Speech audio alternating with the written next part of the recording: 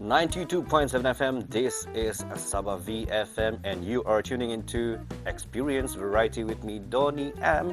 And today we are talking about World Radio Day. World Radio Day will be celebrated all around the world on the 13th of February every year, annually. And of course, I have right here, right now with me, Constantine Palawan. And what do we have actually? Of course, we are going to talk about World Radio and his journey in radio field. So why don't you just introduce to us about yourself? Just to give you a brief, I have been working with Radio Malaysia Sabah since 1999. I was shifted to Kuala Lumpur and I came back to Sabah, and what's funny was my sister Christine was here in 2017 and she said, hey, why don't you help out? We got some slots to fill. We got a few free slots for you to perhaps share your expertise, your radio experience with us, assist us with jingle production and things like that. So yeah, I took it up upon my return from KL. And right now I'm doing Friday slots right here. I'm sure you have been listening to my radio shows, the music that I play and things like that. So yeah, to keep it short, I have, I think close to a decade of radio experience under my sleeve. And I look forward to having more great memories, moments of being on radio. I did jokingly tell Shannon that I would want to retire at the age of 45, and that would be next year. So we'll just see what will happen, okay? Now, all right, talking about how you start this journey, maybe you can tell us what makes you choose this as a career.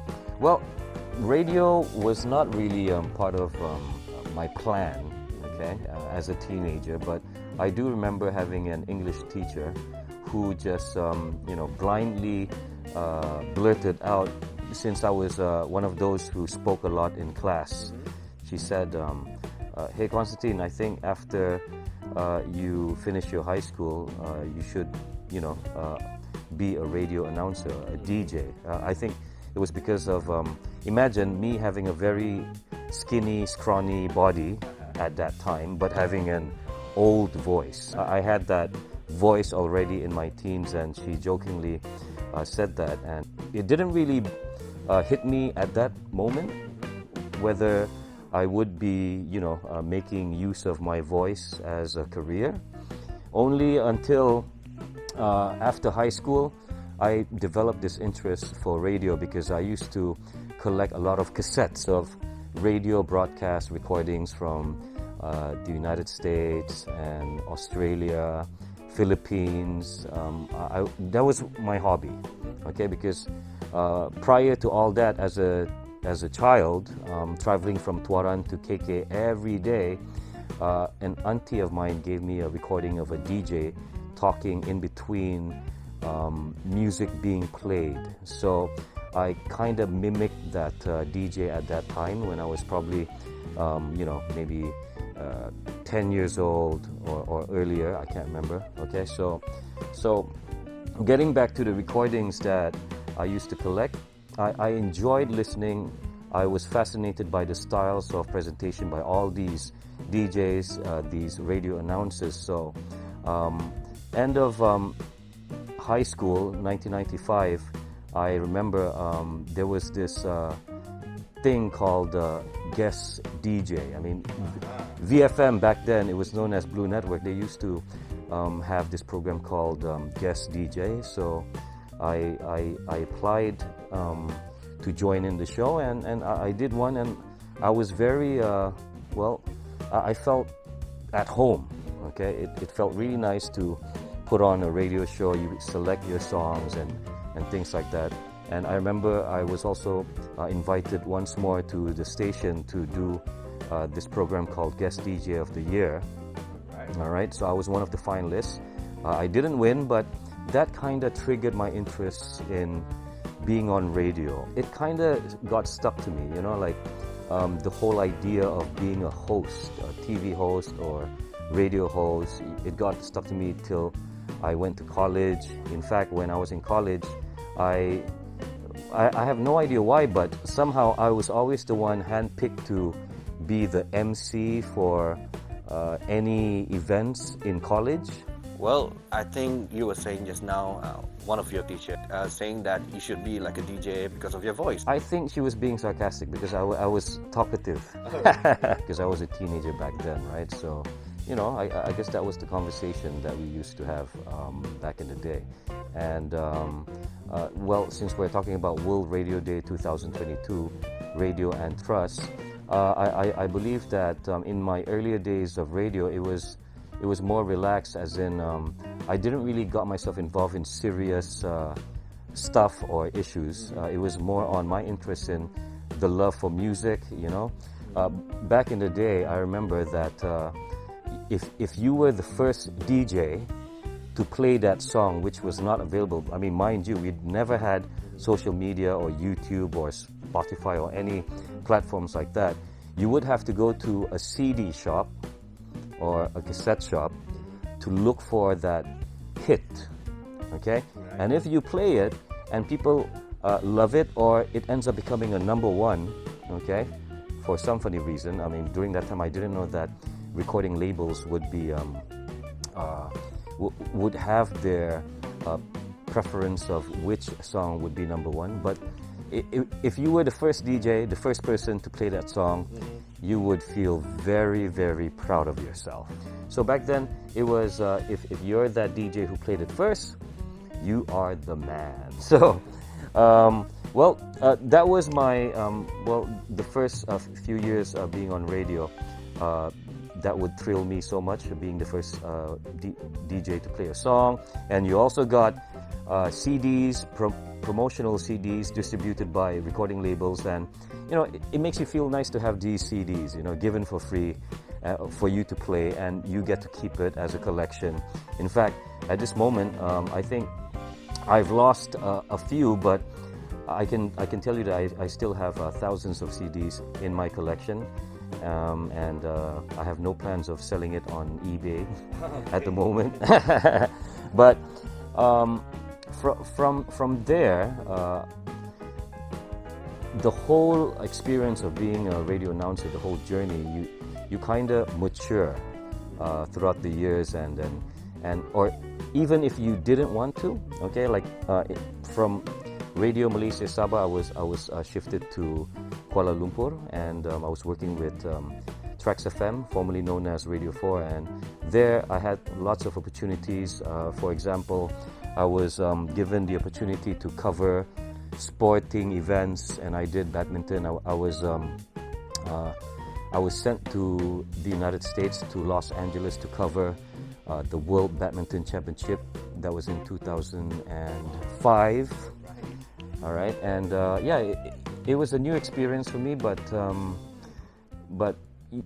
you don't say that you can't do it. When people ask you, all right, I'm just sharing. When people ask you, can you do this? The first thing I said was yes. And as a radio person, you know, you're training where before you go on radio, you will do your preparation. So it's the same thing that applies for sporting events, where I didn't have any clue how badminton works, but I did my research and all that. You did your preparations and you get the job done. So I enjoyed that part of radio as well, covering sporting events, and of course lots more. From interviewing important people, interesting personalities on radio shows, even hosting the chart show. That was an amazing experience for me.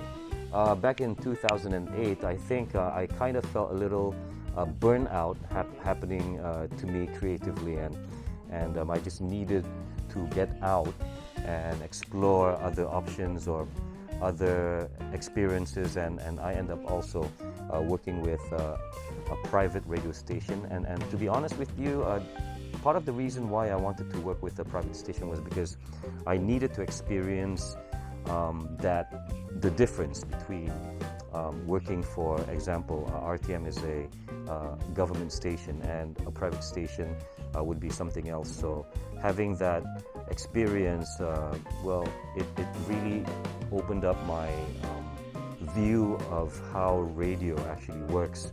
For a government station, it's different. For a private station, they are highly heavy on advertisements and results, figures, and things like that. Whereas government stations, they do play a vital role in shaping, a nation. So I guess that's where we can talk about radio and trust. When it comes to disseminating information, a radio station or a TV station of a broadcaster with a very high, how do I put it, a very high credibility will get, of course, the people trusting a radio station or a TV station every time when they share information, figures of, for example, right now we're living in the new norm, and when a figure is shared, take for example the figure of COVID-19 cases in Sabah, it's in the 3,000s at this moment, and for a listener to tune in and receive that information, it's the trust, okay? They will trust the station is credible, it has its credibility, and they do not have any concern of receiving false information, or nowadays we call it fake news. Whereas if you were to receive some information via WhatsApp or anywhere on social media, other platforms, you would still go like, hey, is this verified? Is this verified? Right? So I guess radio and trust, it does go hand in hand. So if you ask me whether radio is still relevant till this very day, I believe yes, it is, and we need radio.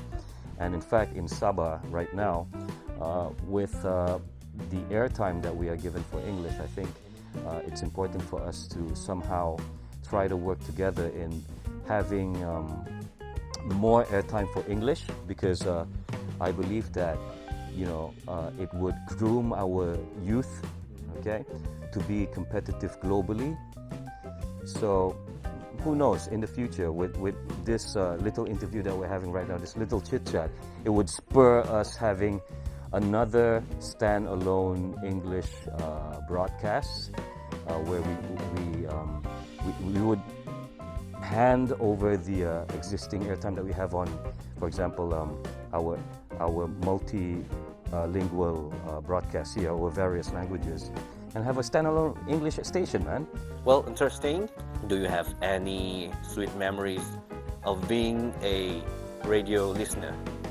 Well, I guess being a listener back in the day, you know how it is when you try to call in and you get through the radio station and you get yourself placed on air. You get really excited, and for example, if you were to make a dedication to anyone, okay, like you want to say hello to your friends and things like that, that excitement, you go on air and you go, hey, hi, I want to say hi to my friends, I'd like to dedicate the next song to my friends, and if you get your request played on air, you go like, oh man, that DJ played my song.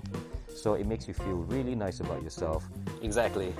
And there you go, that was Constantine Palawan talking about his career, his journey in radio field in conjunction with the World Radio Day. Thank you once again, Constantine Palawan, for joining me in this show. On behalf of SABAHVfm English Broadcast, I am Donny M, wishing you a happy World Radio Day 2022. And with that, Donny M and Constantine signing off for today. Bye for now.